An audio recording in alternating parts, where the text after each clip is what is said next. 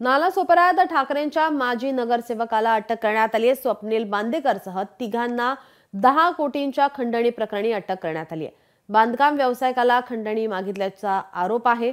नालासोपारा येथील ठाकरेंच्या शिवसेनेचे माजी नगरसेवक स्वप्नील बांदेकर आणि त्यांचे 3 साथीदार यांना अटक करण्यात आली आहे। वांद्र्यातील एसआरए प्रकल्पाच्या बांधकाम व्यावसायिकाला खंडणी मागितल्याच्या आरोपावरून नवघर पोलिसांनी अटक केली आहे।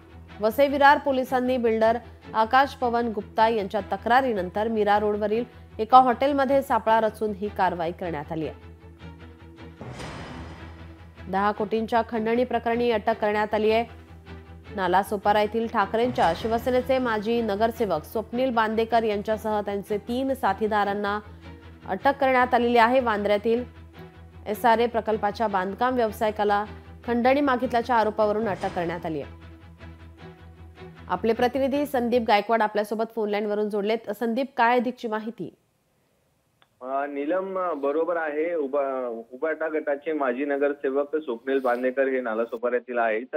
त्यांनी जे आहे 10 कोटीची खंडणी मागितल्या प्रकरणी त्यांना अटक झालेली आहे आणि त्यांच्यासोबत इतर 3 जणांना देखील अटक झालेली आहे। मीरा भाईंदर वसई विरार पोलिसांनी 34 वर्षीय बिल्डर आकाश पवन गुप्ता यांच्या तक्रारीवरून मीरा रोड येथील एका हॉटेलमध्ये सापळा रचून ही कारवाई केलेली आहे। एकंदरीत पाहायला गेले तर खंडणीचे आरटीआय टाकून माहिती मागवणे आणि खंडणी मागणे हे प्रकार समोर येत असल्यामुळे पोलिसांनी तडकाफडकी या उबाटा गटाचे स्वप्नील बांदेकर आणि त्यांच्या साथीदारांना देखील अटक केलेली आहे आणि पुढील तपास जे आहे हा सुरू आहे। एकूण 10 कोटी रुपयाची खंडणी यामध्ये मागितली होती आणि त्या दरम्यान जे आहे ही कारवाई झालेली आहे। नीलम, धन्यवाद संदीप, आपण दिलेल्या सविस्तर माहितीसाठी।